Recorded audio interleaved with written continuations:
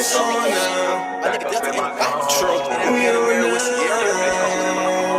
It's on now. Let's talk hoops. Welcome to Wavy Buckets with your boy Wave, aka Diamond Tsunami. Welcome to my new channel. If you're not familiar with me, I have a channel called Wave Racts. The link is in the description below. I'm also 1/3 of the Up Court podcast. The link is in the description below. Subscribe, like, share, please spread my message. I would appreciate that. That's how you help me. That's how you help my brothers. That's how you help my sisters. That's how you help everybody in my family connected to me. Anyway, in this channel, we're talking nothing but hoops, high school, college, NBA. Since we are in the end or the midst of the NBA's off season, the end of the season, it is the perfect time to talk free agency. With free agency, we're going to break it down by division and talk about who I believe each team should sign. I'm going to stick to about 1 to 2 people per team based on what I feel is a weakness of the team from last year. I'm not really sure what moves they're going to make, so I'm not going to talk about what the can possibly be because there's a lot of variables in that, and I'm pretty sure you guys don't want to hear me talking about one NBA team for about 2 hours or so like that, just trying to break down what piece could go where and how the money work and all of the analytical crap. So to keep it really simple, I ain't even going to call it analytics crap. I'm just not a big component of analytics. Anyway, to keep it very simple, I'm more of an eye test kind of guy. But I'm going to just pick 1 or 2 people that I feel will address their needs if the team decides to say whole or almost whole. All right. So we're going to go over unrestricted free agents, which is free agents that can go anywhere they want. We're going to go over the restricted free agents who can go where they want, but if a team decides they want to keep them, they can either match the money that the other team offered. So since we're talking about Toronto first, if Marc Gasol want to go, not Marc Gasol, he's an unrestricted free agent. If Dwayne Hernandez, who is a restricted free agent, decides to go to the Orlando Magic for $80 million, if the Toronto think that Dwayne is really worth that much and that is really that valuable of a piece, they would have to match that $80 million. But when they do that, he has to join the Toronto Raptors. He has to stay there. Okay, so that's how restricted free agency works. Then, as you can see, you will see, I have the bird rights up there. So the bird rights, and let me make sure I get this correctly because I do not want to get the bird rights thing wrong. All right, and I know I could, so let me just look it up real quick. All right, just want to look it up right quick. So all right, just to make sure I say it right. And bird rights is when an NBA team is allowed to sign a player that was already on their team, even if it goes above the salary cap. So the bird rights give them the right to go over the salary cap for certain players. Okay, so I made sure I put that up there so that because that obviously plays a factor in each team's decision with who they bring in, because if they go over the cap, obviously they can't bring in bigger names, right? They gotta go to the lower end of the totem pole. Then I have team options, player options. Okay, so I broke it down like that so you can see the choices that each player have, the choices that each team have, and you can also see how I approached it and why I approached it like that. And maybe if you see something different, you could shout me out in the comments and let me know. I'm interested to have these conversations, so I'm with it. All right. So like I said, I'm starting with the Toronto Raptors. All right. And for unrestricted free agents, they have Marc Gasol, Serge Ibaka, Fred VanVleet, and Rondae Hollis-Jefferson. For restricted free agents, they have Dwayne Hernandez, who I mentioned earlier, Chris Boucher, Malcolm Miller, Paul Watson, and O'Shea Brissett. Sorry if I'm extremely tearing your names up. I'm not great with names. I am great with faces. I tell people that all the time. So I apologize in advance. I am doing my best, and if I do mess it up and I find out that I did, I will definitely make that correction. All right, so the bird rights to Marc Gasol, Serge Ibaka, Fred VanVleet, Stanley Johnson, Dwayne Hernandez, Chris Bouchard, and Malcolm Miller. I always forget Stanley Johnson because he's on the other side of the chart with a player option. And then for the team options, you have Marc Gasol, Serge Ibaka, Rondae Hollis Jefferson, and Fred VanVleet. So I believe Toronto need another playmaker, okay? And it doesn't have to be a big name playmaker. I just believe they need somebody that can give them 10 to 12 points a game and probably 3 or 4 assists, maybe 2 assists. Just somebody that could come in and fill spots, okay? So I don't feel that they have a large need, but if I was to plug somebody in there, it would be somebody that can do those type of things, okay? So obviously that is the reason I picked Alec Burke as who I feel like they should sign because I believe he fit in that spot well, but I also forgot to tell you who I believe they should keep. I believe they should pick up their team option, and the team option gives the team the option to keep the player for the last year of their contract. Okay, so I believe they should pick up that option on all 4 of these players, and I'm not really sure how that affects the money contractually, so it might be null and void for bringing Alec Burke over because he might be too expensive. But with that being said, I would keep those 4 guys. Those guys are cornerstone pieces. Fred VanVleet is like the ultimate backup that will get an opportunity to start, and he will get overpaid like Terry Rozier. And the reason I say overpaid is because Fred VanVleet deserve every bit of the money he's about to get. So I want to be that very clear with that. He deserves all of the money he's about to get. He's earned it. He came out of nowhere, bust his tail, and he gets it. But me personally, I don't believe he's a starting point guard in the NBA, even though he's shown that he is explosive. But I think that's because that's his role. Some people flourish in that explode, come in for short spurts, and do stuff quick. All right, I don't believe he can be that guy. Hopefully he proved me wrong, though. But I don't think. But if I'm Toronto, I'm absolutely grabbing him for that last year. You'll be a fool not to. He's going to bring it to the team, and he is going to add some serious depth that they are really known for in these last couple of seasons, okay? So that is my my whole rundown on Toronto. Now it's time to get to Boston. Boston doesn't have any unrestricted free agents, but they do have a couple of restricted ones. They got Brad Wanamaker, Taco Falls, Fremont Waters. They have the bird rights to Brad Wanamaker with a team option for Sammy Ojeleye and player options for Gordon Hayward and Anis Kanter. Now, what I would do if I was who I would bring back if I was Boston is Brad Wanamaker and Taco Falls. I would make sure I pick up, since they're restricted, I got the first dibs. I'm going to make sure I go out there and sign those 2 guys. Taco is 7'7". You cannot teach that. He could dunk the ball without jumping. I'm pretty sure if he hops, he's blocking most people in the NBA. You just don't give that away for nothing. So I'm going to go ahead and take Taco. Brad Wanamaker has showed that he can flourish under that system in Boston, and he's doing very well playing the 3rd guard off the bench. When anybody get hurt, he is definitely a guy that could come in and step up, and he has shown it.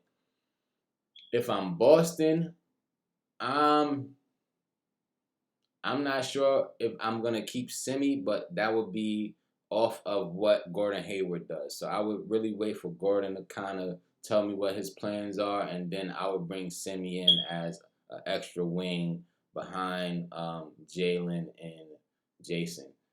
So Now it's on to who I believe they should add. You see the names, let me tell you why. I have Montrezl Harrell and I have Tristan Thompson.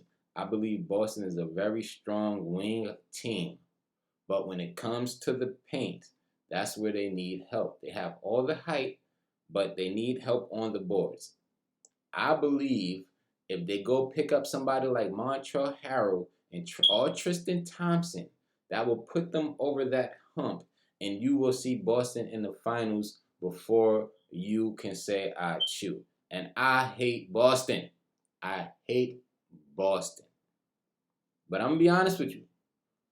That is a easy fix as far as a weakness go, especially with all these big men coming out. Obviously, Anthony Davis is going to be on the top of everybody's list, but I'm trying to be super realistic here, and I don't believe he's going to leave LA to play with Boston. I don't think he's leaving LA, period. So without that being said, I'm not going to say this is pretty much the next best thing as far as controlling the rebounds go, Montrell and Tristan, when it comes to free agency. All right. Brooklyn Nets.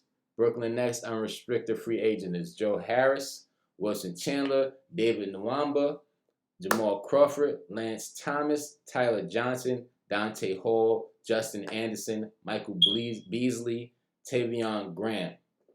Now, the restricted free agent is Chris Chiroza. God, I said this man's name wrong. Sorry, Chris Chiroza and Jeremiah Martin, with a team option on Garrett Temple. Now, Brooklyn is a team that can go many ways, and also a team that I could spend a long time talking about moves that they could possibly make with the money and all of that. But let's look at the bigger scope of things. They have their two corner pieces, KD and Kyrie, right? You have two guys that can create for themselves, they can create for other people, and they can excel in all three levels of offense. With that being said, when you got two guys that can drive at any point, create at any point, you want to put guys around them that excels in catch and shoot situations, as well as can play really good defense, because we all know that is not Kyrie Irving's strong suit, and it really isn't KD's either, but he's been working really hard to change that narrative, and I have seen it in Golden State. We've seen a really defensively sound Kevin Durant in Golden State. So, with that being said, I would keep Joe Harris, shooter. I know he's not the greatest defensive player, but he is a great shooter when he's on. Then I would keep Wilson Chandler. Wilson Chandler is a guy that I feel would accept that role as a 3-and-D guy, and he's really tough. And if you want to do a little small lineup with a 4, he could be the 4 for you and have KD play the 5. I think that'll really work for them. Last person I would keep in this list of names for unrestricted, or I would try to go after, because remember, unrestricted free agents can go anywhere they want, but I would definitely try to be one of the first group of people to offer them a deal. Tyler Johnson is the last guy out of this group I will go after, because he's proven to be a quality backup and a really good off guard, another guy who could stand and shoot the 3, but he can also create for himself and run the offense. So there's a lot of potential in Tyler Johnson from as far as a depth player concerned. So I would definitely keep him as well. And for those same reasons, I would pick up that option on Garrett Temple, just because I feel like you need to have that strong guard play, and as you get down your bench, and Garrett Temple has been playing in that 9th, 8th to 11th man role really well in his career, and I think you just keep him as a good glue guy. Now, as you can see, I only chose 2. Right, my first one should have been Wesley Matthews, because Wesley Matthews is exactly what I think Brooklyn needs on the wing. They need somebody that can catch the ball and just shoot it whenever they need him to. Wesley Matthews can do that in the postseason. He showed you he can do it in the postseason with Milwaukee, Dallas, and he can do it in a regular season really consistently. Justin Holiday, I feel like Justin Holiday can go on about all of these teams, and I can say that with all of the Holiday brothers, they were born to ball. If you could get one of these guys, absolutely do. This is like they are a must-have, and it's not because they are the greatest athletes ever. They're not all LeBron Jameses out here. They just know the game of basketball. They're very professional about it. They come to work. They work hard. All three brothers made the league, so that tell you something about the family. And they're not always in the media like Lonzo and them, even though Lonzo and them is talented in their own right as well. But you get my point. You know, I just can appreciate a family like them. You know, so I think with that quality of life, Lonzo had a great life too. So I don't want to make it seem like I'm coming at Lonzo and them, but you know, we all know his dad kind of gave the NBA a bad vibe, and that could have contributed to Jello having such a hard time getting in. And I'm not saying that's the reason, but that could be it. And with Justin, Aaron, and Drew, you don't hear none of that. You don't hear nothing from them. They just come in, they ball hard, they work. So I would pick Justin up for any team, but I wanted to be realistic again and choose only one or two and really wanted to hit the weaknesses. So I think he'll do good in Brooklyn, and he's definitely a defensive guy, so that'll work out. With the Knicks was hard because, I mean, the Knicks need help on every aspect of everything, their organization. Like they need help in the front office, they need help with ownership, they need help with the team. Like it's just a mess over there. As a Knicks, as a person who grew up in New York, who only watched MSG because my uncle was an extremely huge Knicks fan, I don't have one memory of the Knicks having a great season. I have a bunch of memories of having watching good Knicks games, but I never remember them having a great season. I also was never a Knicks fan. I just watched it because I love basketball and my uncle was a Knicks fan, so it just went in hand in hand. So I would love to see them switch it around. I just know it's going to take a lot more than me guessing who they're going to pick up for free agency. That's it. All right, anyway, their unrestricted free agents is Maurice Harkless, and then the restricted free agent is Damian Dodson, Theo Pinson, Isaiah Hicks, and Jared Harper, with bird rights on Maurice Harkless, Damian Dodson, and Theo Pinson, with team options on Theo Pinson and Bobby Portis.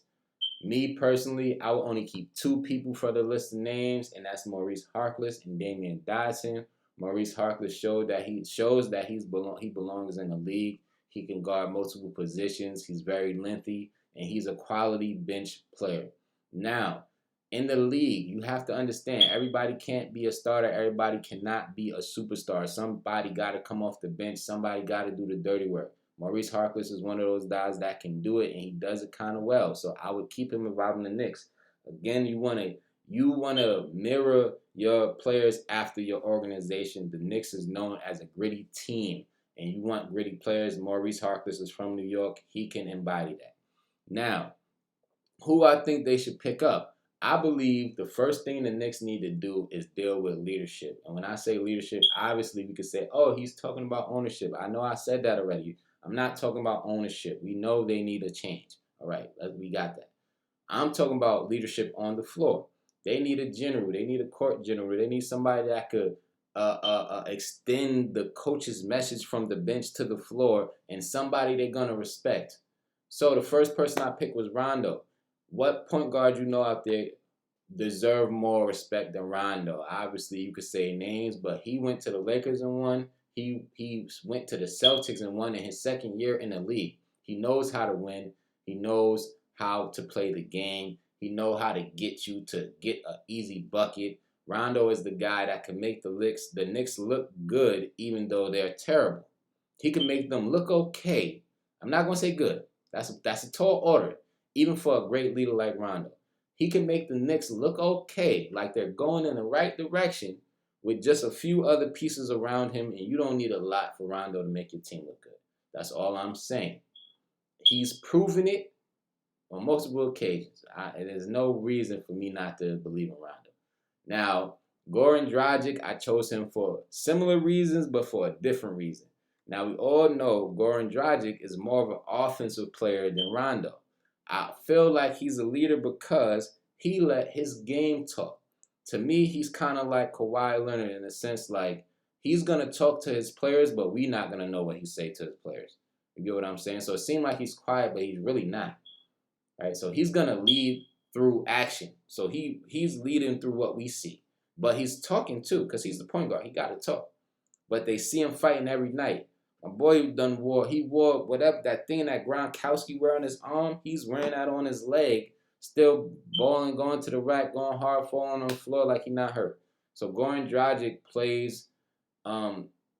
shows his leadership. And that toughness, like I said, is just what New York is all about when it comes to basketball. So they would love the Dragon over there, just like they loved KP.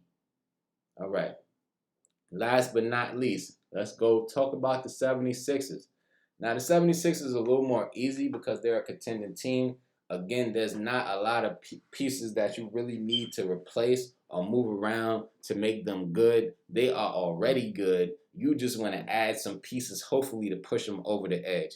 So let's start with the unrestricted free agents. You got Alec Burke, Kyle O'Quinn, Glenn Robinson III, Raul Neto, Furkan Korkmaz, and Ryan Broekhoff, with bird rights for Furkan Korkmaz. Okay?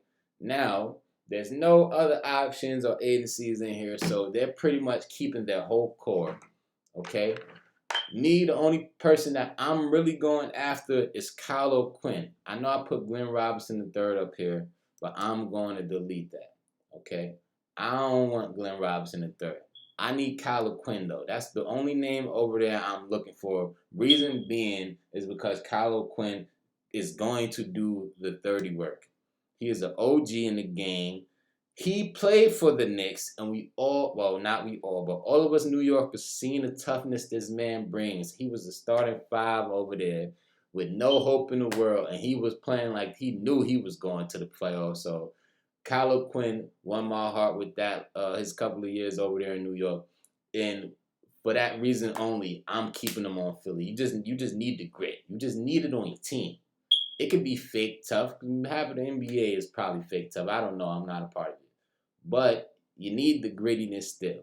Now, for me, I think the problem with Philly is the spacing. Obviously, because Ben Simmons, he's not a threat, and he's not a threat on the three, and he controls the ball most of the time. So to counteract that, I think we need to spread the floor a little bit more. Obviously, with Joel going to the corner most of the time, that do not work. But when he sits out, you can still run sort of the same actions and play styles of pushing your big to the corner if you sign Patrick Peterson. I feel like Patrick Peterson to slide in that role. He won't be able to get you all of the nice moves in the paint, all the post moves that Joel Embiid brings, but he can sit down on that corner and hit that three efficiently, and he can guard every the 3 through the 5 positions as well. Solomon Hill and Jay Crowder, those guys are gonna help you if you want to run a small lineup. Those dudes are 3 and D players, and I feel like Philly cannot have enough of those to put around those two with Joel and Ben Simmons. So I think that would be a quality one of those guys, if not all 3, because I don't think they could afford it.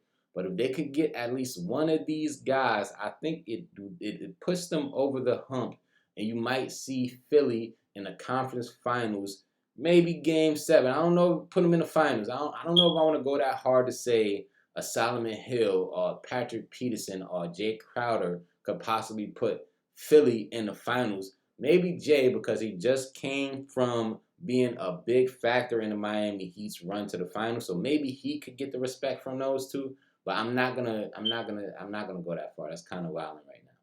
All right. So with that being said, we're gonna talk about the Central Division next episode. As you can see, I got Milwaukee, Indiana, and Chicago already lined up, but I didn't put who I want to join those teams because I don't want you to see it before we started, and I just want you to wait and see. So make sure you subscribe and like the channel if you want some more of my basketball videos. And if you have anything to add or take away from this video, put it down in the comment section below, and I will reply as soon as I see it. Peace and love. It's your boy. Hey, it's on now. True. We on now.